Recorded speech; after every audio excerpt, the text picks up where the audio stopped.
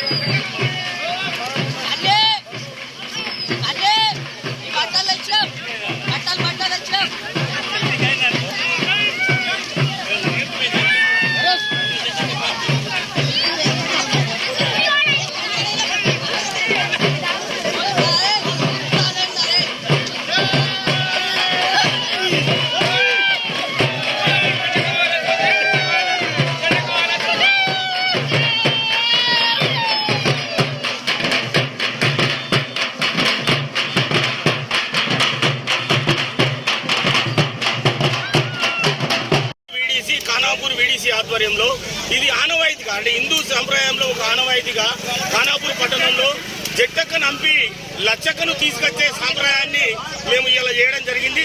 ముఖ్యంగా ఈ యొక్క జట్టక్క అంటే ఈ యొక్క ప్రజల్లో ఉన్న దారిద్ర్యాన్ని, కష్టాన్ని, అంటు రోగాలను, ఈ యొక్క దీర్ఘకాలిక రోగాలన్నీ వెళ్ళిపోయి ఆ లచ్చక్కను ఆహ్వానించడం కోసం ఈ కార్యక్రమం చేయడం జరిగింది. ఇందులో భాగంగా ప్రతి ఇంటి నుంచి ఇంటిలో బూజు దులిపి మసి బూజు అంతా శుభ్రం చేసి ఉన్న దరిద్రాన్ని, ఉన్న చెత్త చెదారాన్ని అంతా కూడా ఈ యొక్క ఊరు పొలిమేరకు దాడి చేయడం జరిగింది. ముఖ్యంగా ఈ యొక్క ఖానాపూర్ పట్టణ ప్రజలు అధిక సంఖ్యలో పాల్గొనడం జరిగింది. ముఖ్యంగా అందరికీ కూడా ధన్యవాదాలు చేస్తున్నాం. ఎందుకంటే ఈ రోజు ఊర్లో ఉన్న గ్రామ పెద్దలందరూ కూడా చిన్న చితక పెద్దలు, ప్రజాప్రతినిధులు అందరూ కూడా ఒక చిన్న పిల్లడి లాగా, ఒక అమాయకుని లాగా అన్ని కూడా పాత బట్టలు వేసుకొని మసిపూసుకొని ఈ యొక్క దారిద్రాన్ని పాలదోడడానికే ఈ కార్యక్రమాన్ని చేయడం జరిగింది. ముఖ్యంగా ఈ యొక్క పంటలు కోతకొచ్చే సమయంలో ఈ కార్యక్రమాన్ని నిర్వహిస్తాం. ఇప్పుడు జట్టక్క వెళ్ళిపోతుంది, లచ్చక్క మా ఊరికి వస్తుంది.